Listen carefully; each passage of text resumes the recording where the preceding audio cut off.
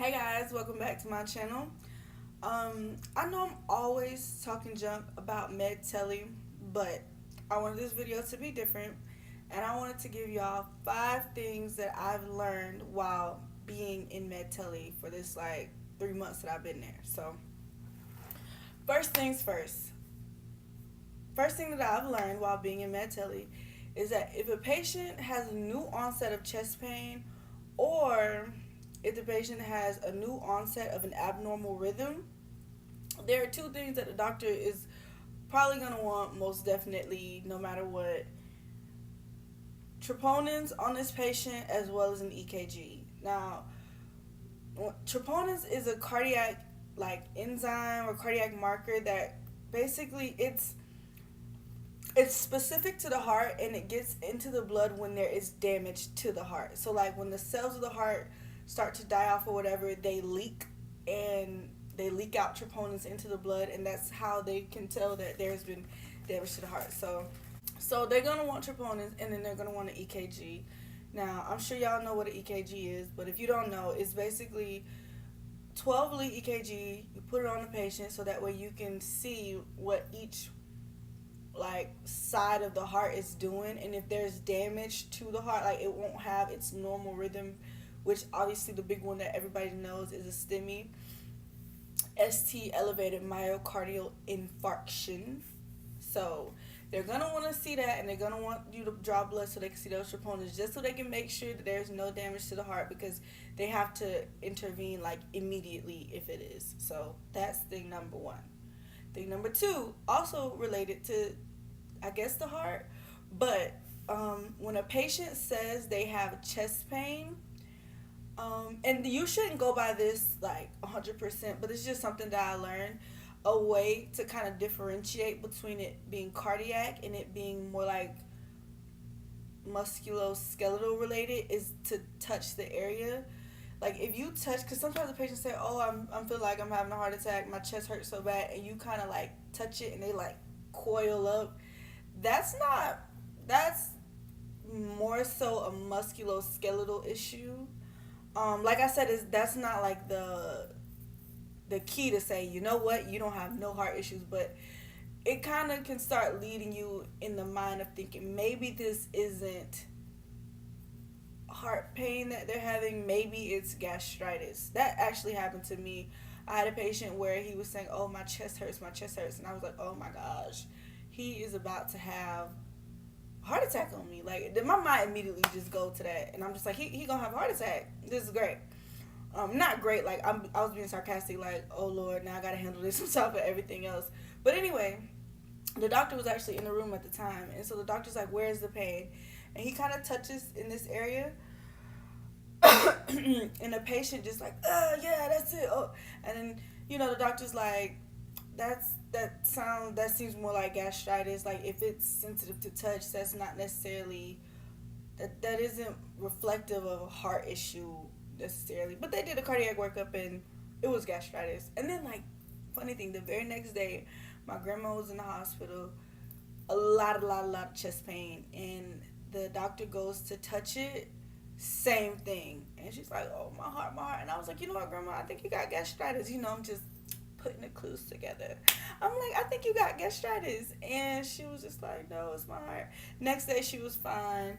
They did the cardiac workup on her, nothing was wrong with her heart, and guess what it was? It was gastritis. So there's that. Next thing I've learned is, just because a nurse has been nursing longer than you, it doesn't mean that they know more than you in every single area. Your education is more up to date than theirs if you are a new nurse.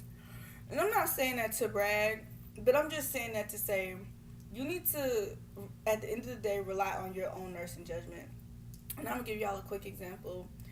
I asked my resource nurse to help me with something, and I really don't like the way she talked to people. She talked to people okay, I'm going to just tell y'all the scenario real quick. The patient, I assume, was having an allergic reaction to a medication, and he was. Nothing major. It was an IV medication. He was starting to rash up. It was Vanco. We stopped it. Cool, whatever. and I had it stopped, but I had him still connected to the machine. So I was coming back to disconnect him because I didn't know if this was like. At first, I didn't know it was an allergic reaction because when I think rash, I think of like little small bump, like. But it wasn't even that. It was just the area was kind of getting a little bit tough, but it wasn't infiltrated. It was weird. Eventually, the little rash started to come, but anyway. So I go and tell her, I'm like, hey, can you help me? And she comes in and immediately she's like, why is your IV beeping? I was like, no, why is it beeping? And I was like, it's beeping because I stopped it. Like, I don't get what you don't understand about that. I mean, I didn't say that last part, but I did say it's beeping because I stopped it. Because I don't like when you cut me off. I know you feel like you're an older nurse and you know more, so you have the right. But the last time I checked, I ain't nobody child but my mama's, and my daddy is dead. So, yeah, you're not finna talk to me like that. Anyway, so, oh, that was so, dang, the way I just threw that last part in there. Whatever. So yeah, and she's like, you can't do that because the patient will get a blood clot. First of all, having nothing going through an IV for all of 5 minutes will not cause a blood clot, because a lot of these patients, they disconnect from their IV and they take a shower and they showers be 15 minutes long and they ain't got no blood clot. You need to cut it out. But she was like adamant, and she's talking like this to me in front of the patient. So I'm like, who's she? She's tripping. Like, she really tripping. But she goes, you have to hep lock it. You can't just leave IVs like this. You have to hep lock them. And I'm looking at her like, you can't just be hep locking people IV if you ain't got no order. But I ain't saying that. I'm just like, well, let me see how she gon', because maybe she knows something I don't. Let me see how she play this out. So you know how with the little loops on the IVs that actually connects to the hub of the catheter in the skin, and then the other part connects to, y'all know what I'm saying, the little loop, the one that you flush right before you, yeah, that one. So she gets it, and she gets a little clamp on the loop, and she slides it up, basically clamping it off. Adds nothing to it, by the way. She says, there you go, now it's hep lock. And I just looked at her like, I don't know how to do the cricket sound, but if I did, just imagine crickets right now. Because I'm like, the reason it's called Heplock is because you add heparin to it. So you didn't Heplock it, you clamped it. So she went on and just continued to just go on about this Heplock. Well, she was absolutely wrong. So let me just focus again. I say all that just to say, listen, don't always rely on someone else, and don't assume that because someone's been nursing longer than you that they know more than you, because sometimes they don't. Like, clearly, sis don't even know what a Heplock is. So it is what it is. I knew at that point, I'm like, girl, bye.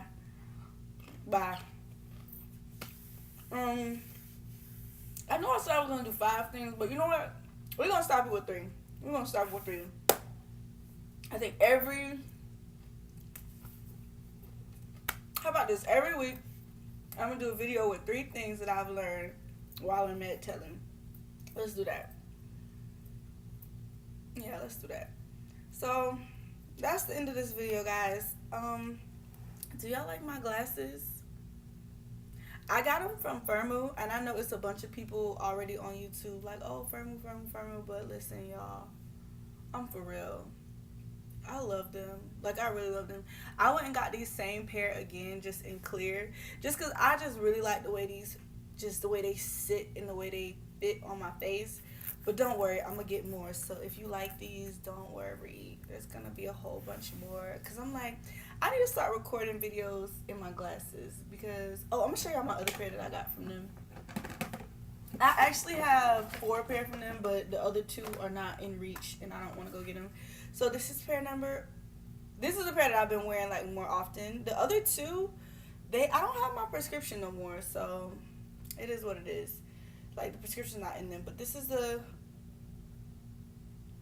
other pair that I got from them. And I know y'all can probably see a trend in the type of glasses I like. I love the tortoiseshell glasses. I'm really trying to branch out, so the other pair, the pair that's coming in, they're clear, but There are these, and these I used to like love these, but lately, mm-mm. Lately your girl has been rocking these, and I feel so grown, so sophisticated. And then I tried to cut my hair today. I'm not gonna turn around and show y'all the whole thing, but just know that this was all frizzy, and I tried to just like, and I guess it came out kind of okay. I'm gonna stop rambling. I always do that. So yeah, guys, that was the video. I hope you enjoyed it. There was 3 things that I learned while being in Tele.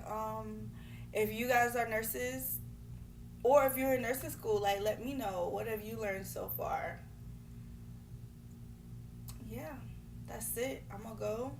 The day is still early. I'm gonna try to go get this Fenty lipstick. I'll see y'all guys later.